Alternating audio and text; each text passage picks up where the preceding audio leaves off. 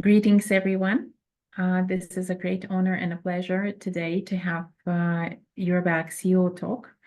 And today with us, we have a very special guest all the way from Astana, Todd Flanagan, who is the head of Kazakhstan International School Astana. Kazakhstan International School Astana, more than academics. Welcome, Todd. Thank you, Julie. It's always very nice to have the opportunity to speak about education and schooling.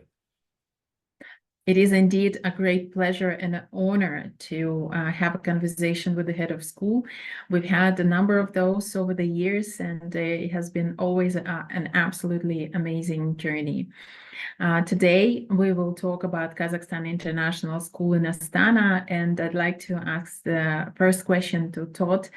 And invite you, Todd, to share with us how KIS Astana originated.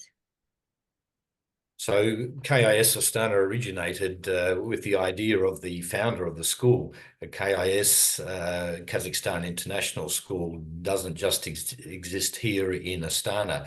About 25 years ago, a plan was emerged to hold to open a new school in Almaty, and KIS Almaty has been operating for about 25 years now. It's one of the leading international schools in Almaty, and been very successful and a great journey in the education sphere.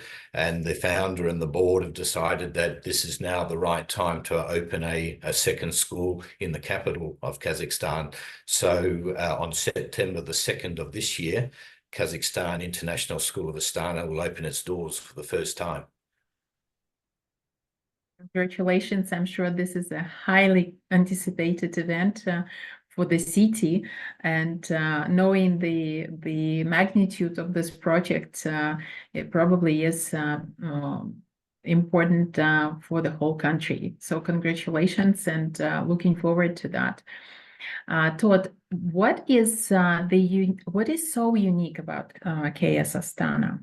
There are a number of international schools in Astana, we all know that. And when making a decision, why do you think a family should make it in favor of KIS? Well, I think education in general and schooling is probably one of the most important decisions that a family makes for their children. And when the decision was made to actually open the school here in Astana, we need to look at what is existing already. And we know that there are other international schools, but from our point of view, we don't see that KIS Astana is quite like any other school.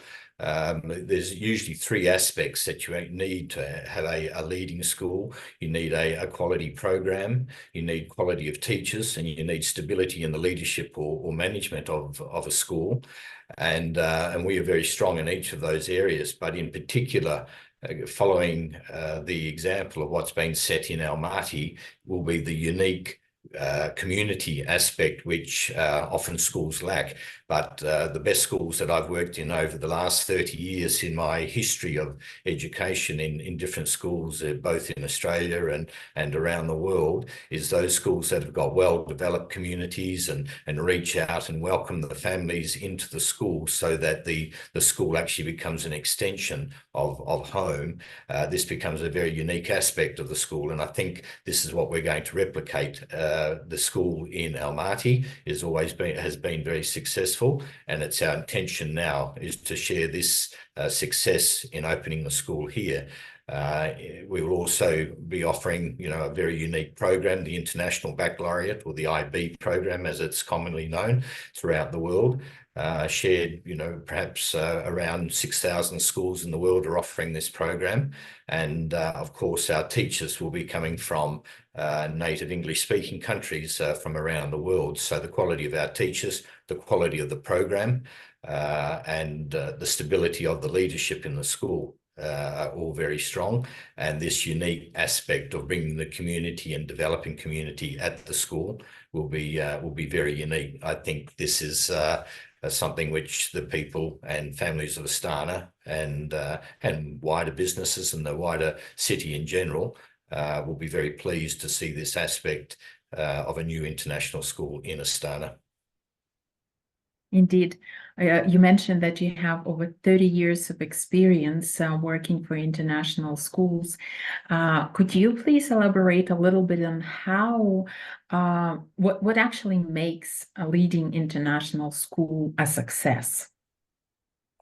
So that's a good question. I don't think there's any perfect school in the world. I mean, I've seen lots of different schools. I've been fortunate in my own journey to obviously operate schools in Australia, but then also lead and find and have been the founder of different schools in other countries, including Kazakhstan now. But I've worked in Vietnam. I've worked in the Middle East. I was based in China for 10 years, managing schools there, also in Azerbaijan. And so I think in particular, the common thread for successful schools is you need to have a recognized program which is transferable and develops the skills and the experiences of what we want to see our children develop into and prepare them for different pathways in life. So the program is very important. The quality of the teachers. Now, I imagine sort of most of the people listening in here and yourself, Julie, you sit around your kitchen table at night time and you sort of listen to the stories that children talk about what they've done during the day. And quite often the teacher's name will come up. Mr. So-and-so did this or Mrs. So-and-so did that. But in particular, the relationship that's built between the teacher and the child will have a great impact. And we've put an enormous effort into the recruitment of what we would consider world-class teachers. The board, a very progressive and innovative board with Kazakhstan International School, rather than just recruit people online, which seems to be a very common and cost-efficient way of doing things these days. But our board actually said, we want you to go and meet each of the teachers. And so over the last 6 or 7 months, I've sort of traveled to many different countries. And so our teachers are coming from Canada, from Ireland, from the UK, from Australia, from South Africa, and from Spain, from the Netherlands. So we have a very, very diverse group of international staff, but in particular to support those staff, we have some high quality and leading educational experts from schools here in Kazakhstan and in Astana who have wanted to join this journey and open the school with us. And so we will have that as a very distinct difference, perhaps from some of the other schools where each of our classes will have a qualified teacher from a foreign expert, if you like, but we'll also have what we call a co-teaching model where we will have a qualified teacher from Kazakhstan to work alongside the foreign teacher, therefore sharing, the expertise and the culture and the language of both cultures and different countries, but in particular emphasizing that Kazakhstan is very important to the people of Kazakhstan, and the culture will actually be taught in addition to the language programs. So in addition to the teaching and the teachers that we hire, the program, and as I said, from my point of view, I've seen a lot of different schools. I've worked in British schools, I've worked in American schools, I've worked in Singapore curriculum and other independent national systems around the world. And I believe the program that KIS Astana and KIS Almaty offer is perhaps the leading program in the world, or certainly one of the leading programs in the world.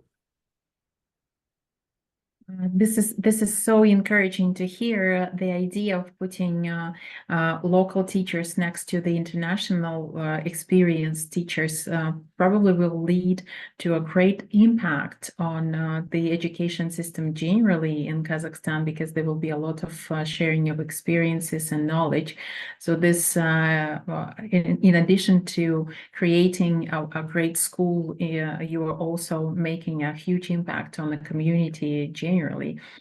So let me congratulate you on that idea and that approach.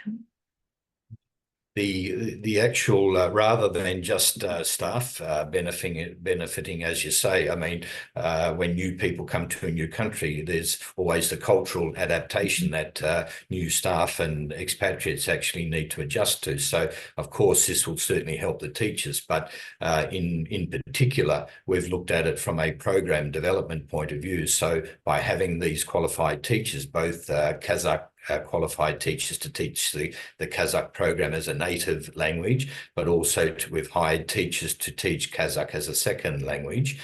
And from this point of view, we can run two streams in the school. So all of our students will be able to be catered for at their particular level and their understanding of the Kazakh language. So for those students who might be native Kazakh students and they perhaps speak Kazakh at home, then they will be able to be taught at their level by a teacher and develop at their particular level, whereas somebody who might be an expatriate or a child of an expatriate family, when they come into the school, then they will actually be able to learn Kazakh as an additional language or Kazakh as a second language, and therefore we'll also be able to tailor the program at their specific level of development. So therefore, every day we will teach Kazakh as a language, but in addition, I don't believe that you can teach a successful language program without having a cultural program. So we will teach Kazakh culture in addition to our Kazakh language lessons, therefore enabling all students in the school to be able to develop English, because this is the language of instruction at the school, coupled with a very strong Kazakh program, and also Russian as a third language, where we'll also teach Russian as a first language and Russian as an additional language. So it's complicated, but that's what we do as schools. And from previous experience and building on the experience of our school in Almaty, I think we will have perhaps one of the more progressive and innovative second and third language programs in the country. This is very exciting to hear as well, because languages do matter, and the cultural exposure that foreign kids have when it is taught in school and presented in school, I think also helps to adjust. And speaking of adjustment and having expats coming into the country, you are one of those people who have come to Astana, leaving your home country, and we'd like to know a little bit more of your story and what has led you to Astana and Kazakhstan. Well, I think many years ago, I left my country, probably about 20 years ago, and began the journey of international education. I've always been interested in different cultures and different languages. And so for the last 20 years, I actually have been living in other countries. And I think global education is very important to me, because I believe the children who we educate in our schools, in international schools, they're quite often the students that will go into senior leadership positions, either in the country or in other countries, and make their mark in business around the world. So to be able to work in international schools is a great privilege. And as I said, I've had experiences in a number of different countries. And some years ago, I was based in Baku in Azerbaijan, and this gave me a bit of a taste for Central Asia. Probably like a lot of people in the world, in different countries. I may not have been able to tell you exactly where Astana was on a map, but I think my experiences in Central Asia sort of helped develop an interest in the region.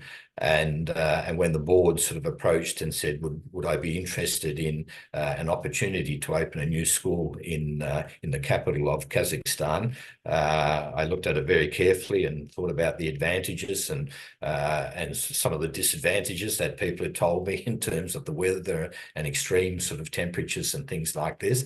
But at the end of the day, I relished the opportunity to accept to build such an important project, because because I believe this is not just, we're not looking at just building a good school in Astana, but where the board's view and the vision for this particular school is to build a leading school in Central Asia, a leading IB school in Central Asia, and this is what we're setting our sights to achieve.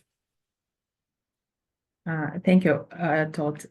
You coming from Australia, Perth. How do you find the adjustment to Astana? How different is it to your hometown? Well, I don't think anybody can ever get adjusting to temperatures like -44 if you come from Australia, Julie. I had to smile to myself sometimes during the winter months here. It was -44, but at the same time in Australia, in my home city of Perth, it was 42 degrees, positive 42 degrees, high summer. That's quite a difference, but I've found really I never really experienced or felt that it was so cold here. I mean, the buildings are warm. Quite often in my apartment at home, I need to open a window to sort of cool the temperature sometimes. But also the clothing. I think people say sometimes there's no real cold weather; it's just the wrong clothing. But I found that if you wear the correct clothing, it's you'll never feel cold. But in particular, I think I very much enjoyed the experience. I mean, I do enjoy new experiences and extreme experiences. I think this is part of working as an expatriate in different countries. I mean, you enjoy sort of adjusting to the culture and the climate of the country that you actually come into. But some of the favourite things I enjoy doing here is to rug up and take a walk through the snow and find a nice little restaurant somewhere downtown, and then the walk home afterwards. And the city in particular, which I noticed from other cities in the world, and I spent quite a lot of time in Asia where you see quite a lot of neon lights and bright lights in the cities, but Astana has this beautiful orange hue. So in the evenings when the lights come on, you see this orange hue from the city lights reflecting off against the snow, and truly I think it's one of the most beautiful cities in the world. Thank you, Todd.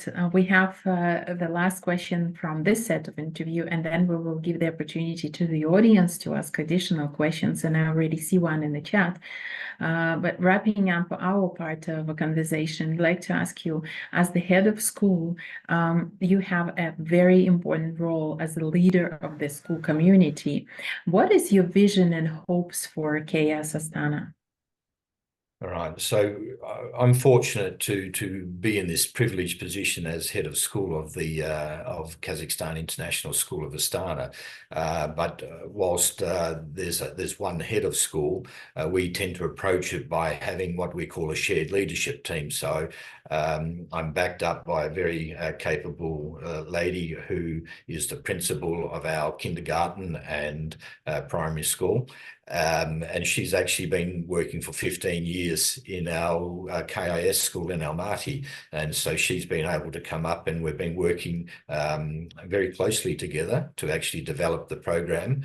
And this has been a great assistance. And so when we talk about sort of leadership in schools, we look at this shared leadership experience where we build on the experience of each other. We take what's worked very well, say in the Almaty school, and actually have to introduce and implement into the school up here. And also our curriculum person, a very experienced person coming from Spain, Miss Alyssa.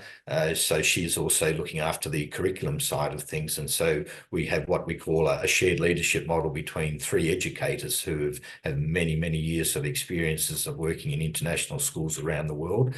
And I think, we've had many meetings even before the school has opened. And it's our shared vision, along with the board's vision, and obviously the founder's vision, is to build a leading school, which is not just about academics, but building a school where the founder, Mr. Daniels, sort of jokingly sort of referred to recently. He said when he went to school, he used to cry because he had to go to school, but he said he wanted to create a system of schools where people would cry if they couldn't go to school. And I think this is a very nice sort of idea. And as I said earlier, so we're working hard to sort of make sure that we're strong in terms of the program that we offer, the recruitment of the teachers that we offer, but also all the teachers that will teach at the school, but also the community that we actually build where people will feel welcome. Quite often people will say, there's nothing to do in Astana. We're on the weekends, our children have to go into the malls and they're always spending money, or they're sitting at McDonald's and places like this. But we expect our school will be open on the weekends, where, for example, we might have a son who might be doing swimming lessons at the school on a weekend, and maybe a daughter's doing ballet lessons in our dance studio.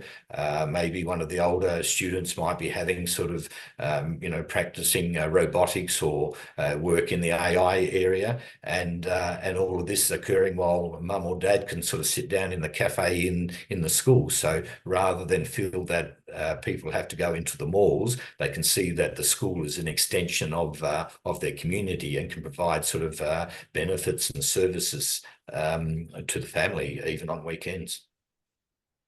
This sounds very, very attractive. I'm sure that people of Astana will very much appreciate the opportunity given. And I can tell you for sure that Daniel and we share same trauma, crying going to the school.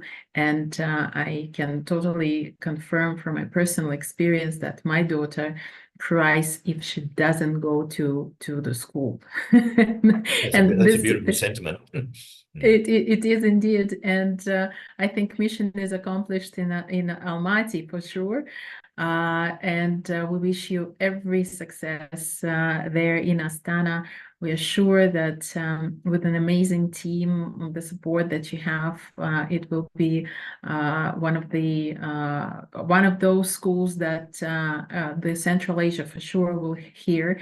And we wish you that not only Central Asia, but the wider world will hear and applaud you.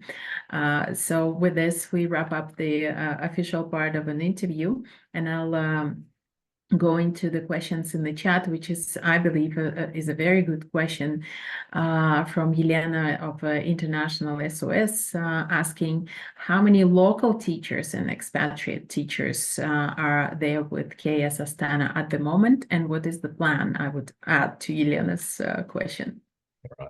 So it's a very good question, and we want representation by expatriate teachers because they bring a certain expertise and different perspective in the world. So our classes will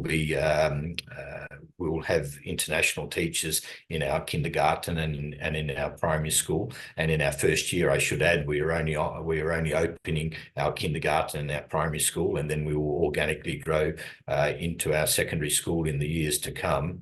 And so each of those class teachers and those classrooms into kindergarten and the primary school will have a foreign expert teacher, but for every class that's operating in the kindergarten and primary school, there will be a local teacher. So depending on how many students enroll in the school, and over the last few weeks, we've started to see a number of students enroll from different schools, but also people who are moving to Astana for work in the next year. So they will be comfortably met by a cohort of international staff and local staff. And then when we move into our secondary school in future years, we'll continue to have expert teachers from around the world. And of course, they will be supplemented. quality of local teachers that we've actually been interviewing over the last couple of months has been very, very high. The standards in Kazakhstan and the expectations from people have been very good. We've been very pleased, and I think people will be very surprised to see the quality of the team that we actually have when we deliver the program commencing in September. Great, thank you. Todd, we do have one more question from the audience. It is about criterias that parents use when choosing a school. From your experience, what are the most popular criterias when making that kind of a decision? Well, I think probably, you know, we are no different to any other school and any other family. You have children, Julie, I have children. We have staff at our school and we have parents. What they're looking for really is a school that will be able to provide the needs of what their child is. Now, not all schools are all things to all students. We will offer a particular type of education where the hallmark of what we do will be based on the precepts of the International Baccalaureate. And the decisions that we make will be made in the best interest of the students. And I found always through my history and my time in education, if you make decisions in the best interest of the students, you're on very firm ground, because this is what parents want, this is what teachers want, and this is ultimately what the students want. But we will prepare students for a pathway in life, whether this be university, and for a lot of people, they have hopes and aspirations that perhaps their children will go to universities either here in Kazakhstan or perhaps foreign universities around the world. But at the same time, as our motto says, we're more than academics. So there are some students who might aspire to different pathways in life. So we think that the school that we offer and the quality and the type of program we offer, we'll be able to meet the needs of all students. And as I say, it'll be based on respect for each of the students in our school. So I think parents are wanting their children to be happy, well-adjusted students and well-adjusted children who can take their position in whatever community that they might be fortunate to find themselves in the future, and be successful in that community. Yep. Thank you very much, Todd. This is a wonderful opportunity to ask questions, to hear answers from a professional, and I'm sure this will be greatly valued by our audience. Thank you, and all the best. Thank you, Julie.